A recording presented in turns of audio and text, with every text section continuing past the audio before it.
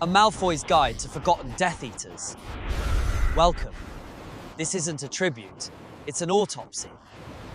The Dark Lord is remembered, his lesser followers faded like stains. Let's expose them. Igor Karkaroff.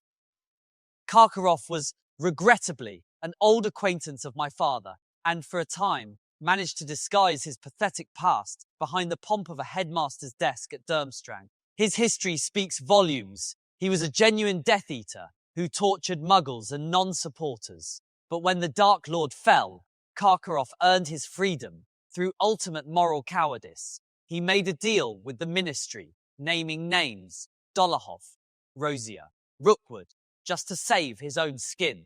He was shrewd enough to know how to play the system, escaping Azkaban while better men remained there. He embraced the dark arts openly at his pathetic little school. But his ambition was always poisoned by self-preservation, which ultimately makes him weak. His fear became palpable during the Triwizard farce, constantly complaining and eyeing Snape's arm because his mark was growing clearer. When the Dark Lord truly rose, Karkaroff did precisely what any unprincipled, terrified wizard would do. He fled. He betrayed too many to dare face justice, whether from the Ministry or, far worse, our master. That sort of flight proves his loyalty was nothing more than cowardice. A self-preserving rat, he was spared Azkaban only to be hunted to death by the master he failed to serve faithfully. If you concur that Igor Karkaroff's shameful end deserved eternal disgrace, then confirm your contempt for his treachery with a simple mark of acceptance. Alecto Carrow. Along with her brother, Alecto was installed at Hogwarts after Dumbledore's demise, deemed loyal enough to enforce the new regime. Her primary contribution, as far as I can tell, was using her pathetic Muggle Studies class to spread the truth, that Muggles are stupid and dirty, and Muggle-borns are thieves. At least, she understood the importance of pure blood supremacy. However, the respect ends there. She was a thug who clearly enjoyed sadism, but her ambitions were crude, and her failure absolute. When the actual moment of service arrived, she was cornered in Ravenclaw Tower. Her magical aptitude appears to be minimal. She was easily stunned by a mere student, and later, after her brother was also subdued, bound up in a net like some ugly sea creature. Her urgent summons to the Dark Lord proved to be a false alarm, making her efforts an embarrassing waste of our master's time. Loyal to the ideology, certainly, shamefully, she lacked the finesse to avoid being trussed up by a schoolgirl. Amycus Carrow. Amycus is Alecto's brutish brother, a lumpy, doughy-faced wizard whose only recognizable talent lies in raw aggression. He was one of the many witnesses who gathered on the astronomy tower to enjoy my moment of, well, Snape's moment of glory, technically. Under the new administration, he enjoyed teaching what he called dark arts, delighting in forcing children to practice the Cruciatus Curse. Crabbe and Goyle, unsurprisingly, excelled in his class. Amycus truly embodies the utter lack of refinement that permeates the lower ranks. His voice is uncouth, his manners are appalling. He spat at McGonagall, but his greatest exposure came when his sister was immobilized. He became frantic with terror, proposing a lie to the Dark Lord that they could blame the students to save themselves. His ambition was to succeed through brutality, but his moral cowardice was immediately apparent when facing consequences. He was subjected to the Cruciatus Curse by Potter himself before being bound and left with his equally incompetent sister, a useful tool for administering base cruelty. But his immediate resort to lies when facing personal risk made him predictable and pathetic. Antonin Dolohov. Dolohov is an acquired taste, or rather, a blight that has stubbornly survived 2 wars. He ranks among the longest-serving, most devoted, and naturally, most sadistic of our master's followers. His contributions were direct and brutal. He was convicted of the atrocious murders of the Prewett brothers, and as Karkaroff himself testified, the Toad, Dolohov routinely tortured muggles and those foolish enough to resist. When the final confrontation arrived, he proved himself a formidable duelist, capable of killing Order members like Lupin, who was clearly past his prime and in poor fighting form. I concede that takes genuine power. His ambition, however, seems to have peaked at sheer cruelty. lacking any true vision. His failures, therefore, are painfully clumsy. For a powerful, battle-hardened killer, his occasional inability to secure simple targets suggests a lack of foresight that borders on idiocy. He and his pathetic accomplice were bested by children in a dreary Muggle cafe and left with their minds entirely wiped, gazing dreamily into space. They are useful for their viciousness, but disposable in their intellectual capacity. That sort of basic operational failure reflects poorly on all of us. A reliably lethal weapon whose spectacular dedication to sadism is unfortunately offset by his embarrassing susceptibility to amateur memory charms. Corban Yaxley. Yaxley is an example of the kind of wizard who thrives when the Dark Lord is absent, but immediately scrambles for power when he returns. He showed his initial moral cowardice by making no attempt to find the master after his fall. Yet he is cunning where politics and bureaucracy are concerned. He has blunt features and the subtlety of a bludger, yet he secured a crucial political victory, successfully placing the imperious curse upon Pius Thicknesse, the head of the Department of Magical Law Enforcement. This feat, which he admitted took great effort, impressed the other Death Eaters greatly. As the new head of Magical Law Enforcement himself, Yaxley was instrumental in the persecution of Muggleborns. His greatest failure is his crude arrogance. During the Ministry infiltration, he was interrogating a Muggleborn witch alongside Umbridge when Potter, after revealing his presence by casting a Patronus, stunned them both. Yaxley recovered quickly enough to pursue the escaping trio, nearly catching them by grabbing onto the mudblood as she disapparated, which led him directly to their disgusting hideout. He mistook Ministry infiltration for personal invincibility, a common thug dressed in the robes of a bureaucrat, an effective, politically ambitious thug who mistook temporary ministry authority for true Dark Lord favour. Walden Macnair. Macnair is nothing more than a glorified butcher. His contribution to the cause was the enjoyment of killing, specifically targeting beasts, and he was infamous for his role as the executioner sent to dispose of that ridiculous hippogriff, Buckbeak. He was cleared of being a Death Eater previously and managed to land a comfortable position post-fall, working for the Ministry of Magic, destroying dangerous beasts. The sheer banality of that professional position is a disgrace. His commitment to cruelty, however, is commendable in its simplicity. He was one of the Death Eaters sent to negotiate with the Giants, proving his maniacal nature. He likes killing as much as Golgotha. The Dark Lord clearly holds him in the low regard he deserves, assuring Macnair that he shall have better victims than that soon. He has no ambition beyond the sight of blood and lacks the cunning required for prestige, being entirely dependent on the master to elevate his victims beyond common animals. He is the sort of common lackey who makes the pure blood cause seem needlessly vulgar. A useful, though deeply crude, servant whose highest achievement was being promised an upgrade from slaying animals to slaying people. Rabastan Lestrange.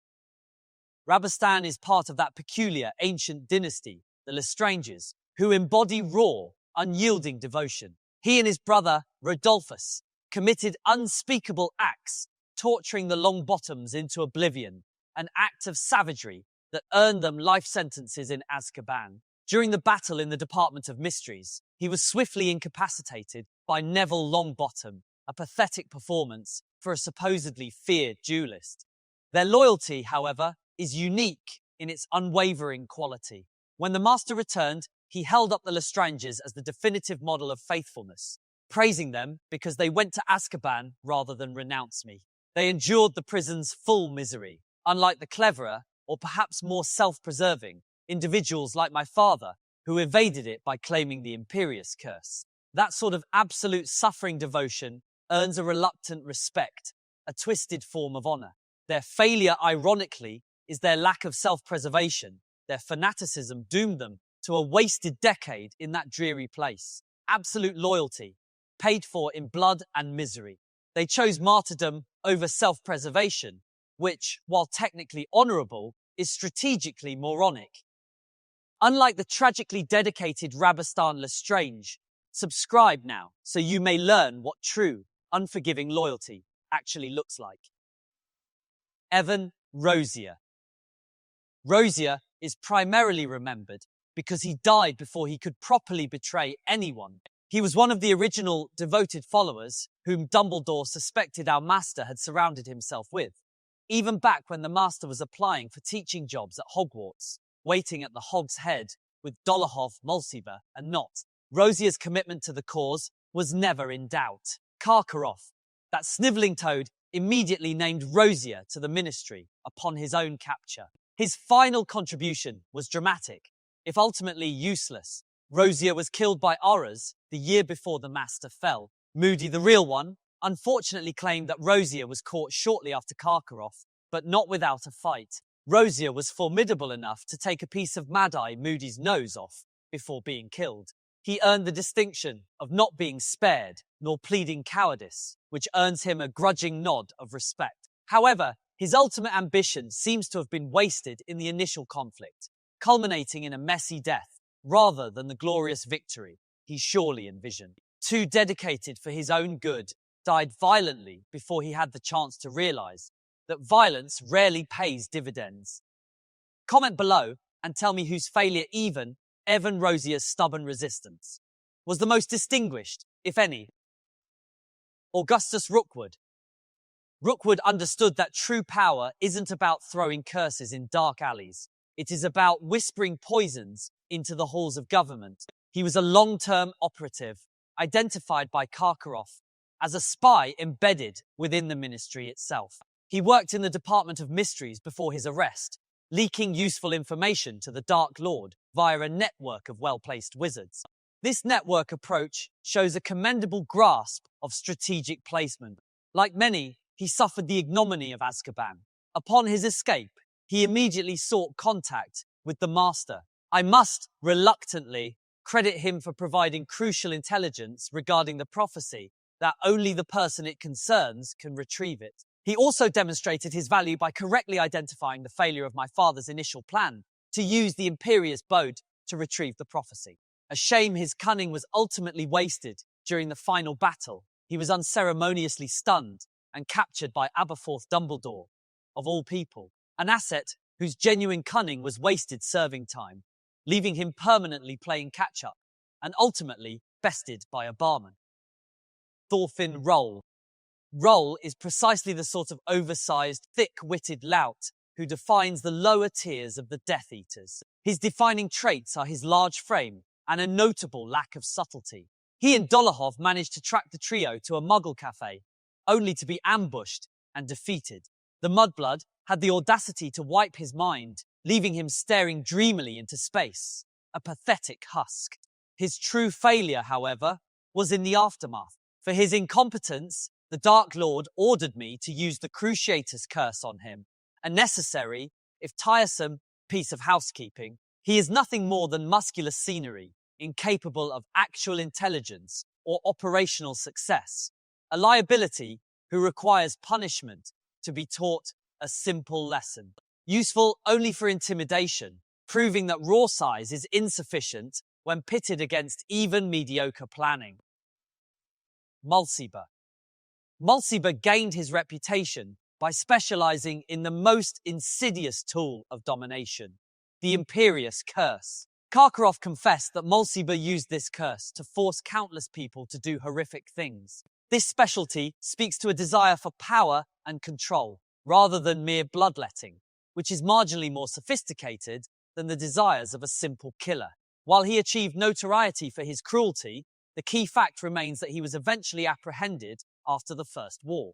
This suggests that his specialization in controlling others did not extend to successfully controlling his own fate, leaving him open to capture. His effectiveness was temporary, his ultimate defeat permanent. He commanded others effectively, but failed the basic requirement of a true servant remaining free to serve. Avery Sr.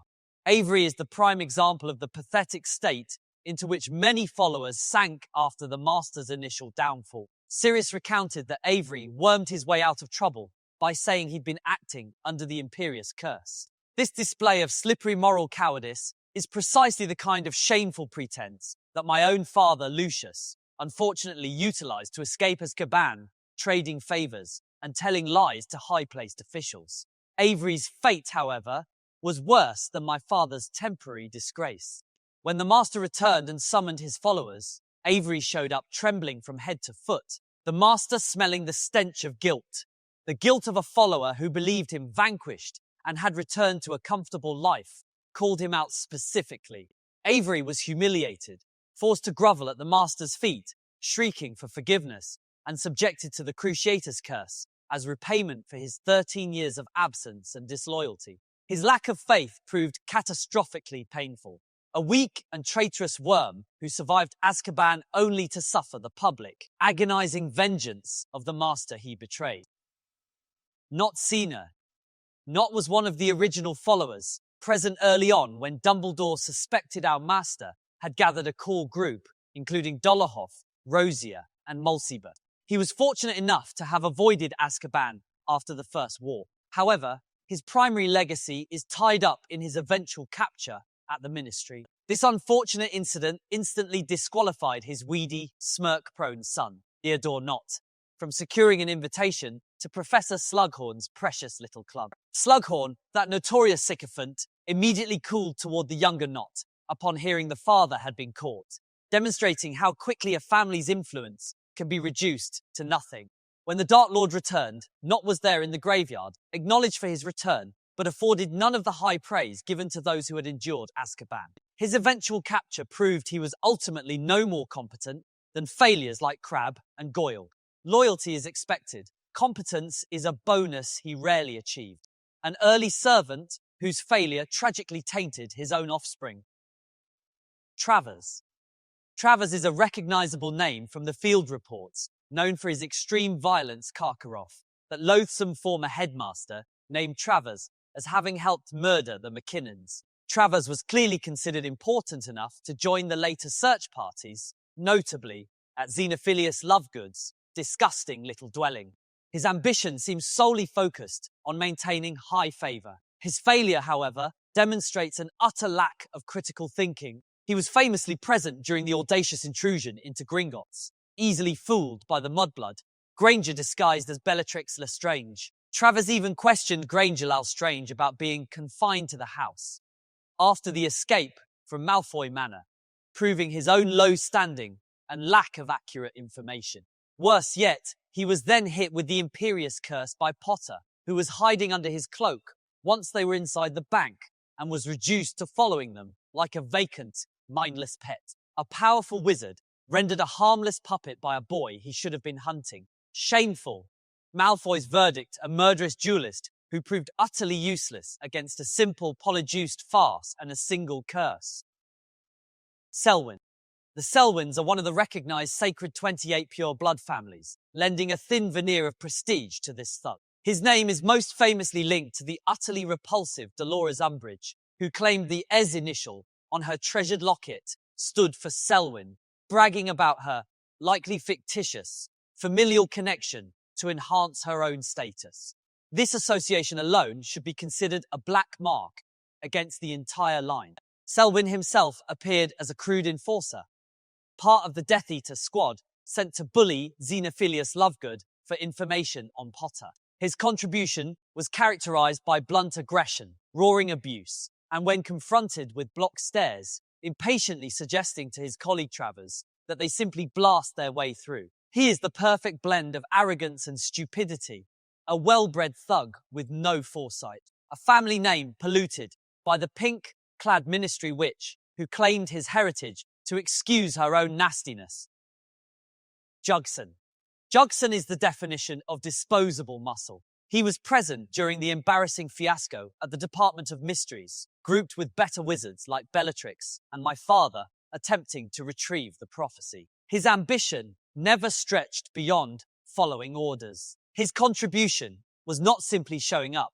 He was one of the pursuers in the circular room, where he was swiftly taken out of the fight by a stunning spell to the head from one of Potter's school friends. Since the mission was a massive failure, resulting in numerous captures, Jugson's legacy is tied to this catastrophe. He is a reminder that being physically present does not equate to being effective, especially when one can be so easily bested by a child. A nameless fixture, whose most notable achievement was being knocked unconscious by a blood traitor. Wilkes, like Rosier, is remembered primarily for having been eliminated before the war was properly finished. Albus Dumbledore confirmed that Wilkes was killed by Aurors the year before the Dark Lord fell. This man's devotion was commendable, certainly, in that he fought until his death, unlike the cowards who later claimed the Imperius Curse. However, his failure is a strategic one. Dying early is pointless. He was spent protecting a losing cause when he could have waited, preserved his magic, and contributed to the true rise a year later. His ambition to fight for supremacy was commendable, but his timing was pathetic. Died loyally but too soon. The only reward for his sacrifice was a mention in a ministry trial transcript. Crabbe Sr, the father of my perpetually dull associate. Crabbe possesses the right blood status and followed the trend of pure blood psychos who wormed their way out of Azkaban after the Dark Lord fell, claiming coercion. His allegiance must be considered primarily hereditary and functional, a large body in the circle, rather than an asset. When the Dark Lord returned in the graveyard, he was there, bowing clumsily. However, the Dark Lord was distinctly unimpressed, pausing only to tell him and his equally pathetic associate Goyle that they must do better this time. Crabbe's ambition and cunning are visibly lacking. He is essentially a tool requiring maintenance and motivation from his master. He raised a son whose intelligence was so low I had to keep him around solely for intimidation. Proving the apple does not fall far from the thickest branch. An expensive broom, but a terribly dull flyer, needed his master to tell him to try harder. Goyle Sr.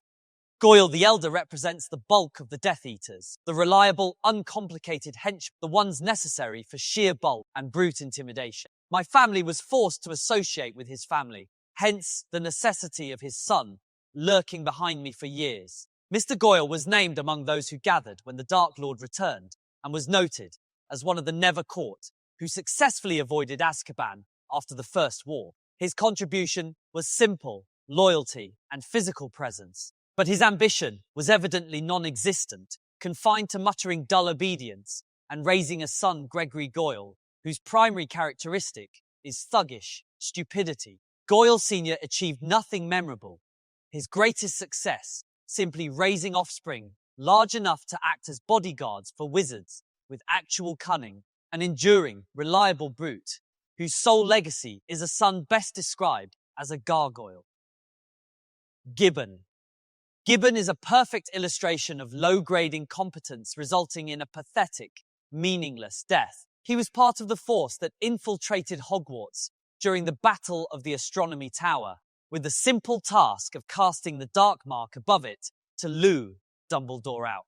Having completed this single rudimentary task, he was then promptly and accidentally killed by a stray killing curse from one of our own Thorfinn Rowle, I believe, who was aiming for someone else entirely. He was a piece of cheap furniture removed from the scene by his own side without effort or fanfare. He warranted barely a mention, proving that the only thing more pathetic than a forgettable failure is being erased by the incompetence of your allies. Malfoy's verdict served only to be killed by friendly fire, an embarrassment to the entire operation.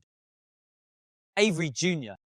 Avery is a prime example of why the Dark Lord held little respect for the majority of his followers. He wormed his way out of trouble by saying he'd been acting under the Imperius Curse after the fall. This kind of pathetic moral cowardice earned him 13 years of disgrace. When the Dark Lord returned, Avery arrived at the summoning circle, trembling from head to foot, groveling and shrieking for forgiveness, and was subjected to the Cruciator's Curse as a lesson to others. His ambition was tainted by this initial, painful betrayal. He sought comfort and safety over devotion, and received nothing but humiliation for it. The name Avery is now synonymous with agonizing failure, a testament to the fate of all who lack true conviction. A lineage defined by agonizing groveling, inherited cowardice is never attractive. Nott Jr. Theodore Nott. Theodore Nott is a weedy-looking boy and a Slytherin classmate whose father was an original Death Eater and a reliable spy in the early days. The elder Nott was caught at the ministry, along with many others. Theodore's only real ambition seemed to be inherited social climbing, attempting to use his father's old connection to Professor Slughorn for favour, just as I sometimes attempted to use my grandfather's name. But Nott was denied the coveted invitation to Slughorn's little club because of his father's capture and imprisonment. He remained on the periphery, a quiet observer with none of the ambition required for true service. His failure is thus inherited, a victim of the Dark Lord's brutal meritocracy, which punishes the children for the failings of the parents. A boy whose prospects evaporated when his father proved less slippery than my own. Pius Thicknesse. Thicknesse was not a true follower, but a crucial instrument. He was the head of the Department of Magical Law Enforcement when Corban Yaxley placed the Imperious Curse upon him. This achieved the ultimate political contribution to the Dark Lord, installing a puppet minister who was unconscious of anything that he was doing for his entire term. This infiltration effectively gave the Ministry of Magic to our side without bloodshed. Thicknesse's great failure was his utter weakness and lack of internal mental defenses. He was an influential official, but entirely incapable of resisting the Imperious Curse. He allowed his mind to be usurped, proving that high rank in the ministry does not equate to inner strength. His contribution was vast, but entirely involuntary and deeply contemptible for a wizard of his station. Malfoy's verdict, an immensely powerful wizard, reduced to a mindless, valuable marionette, useful but humiliatingly weak. Stanley Shunpike. The pimply conductor of the night bus was a nobody who achieved notoriety solely because the ministry needed a scapegoat. He was arrested on suspicion of Death Eater activity after being overheard gossiping in a pub about secret plans. This pathetic spectacle proved two things. First, that he was too ignorant to realise his own danger, and second, that Minister Scrimger was desperate to appear to be chucking the wrong people into jail. Shunpike's ambition never extended beyond driving the night bus. His contribution to the Dark Lord's cause was entirely accidental, as he was forced to participate under the Imperious Curse. His failure was being an expendable non-entity that the Ministry, in its pathetic, panicked state called Parade, as a supposed triumph of law enforcement. The idea that this spotty youth was involved in high-level plans is frankly laughable. An insignificant conductor promoted to ministry propaganda, a disposable nuisance with bad skin. And that, gentlemen, is the bitter end for most of them. Not heroes, not honoured martyrs, but spectral shadows, whose only remaining existence is in the archives of my memory. In the end, obscurity is the truest punishment, worse than Azkaban, worse than death, because no one remembers your name when even your cause has crumbled. Now, if you'll excuse me, unlike this lot, I have important family honour to restore. This ledger proves that even cunning spies like Augustus Rookwood fail without true Malfoy direction, so refer to my guide to Hogwarts secret passageways immediately.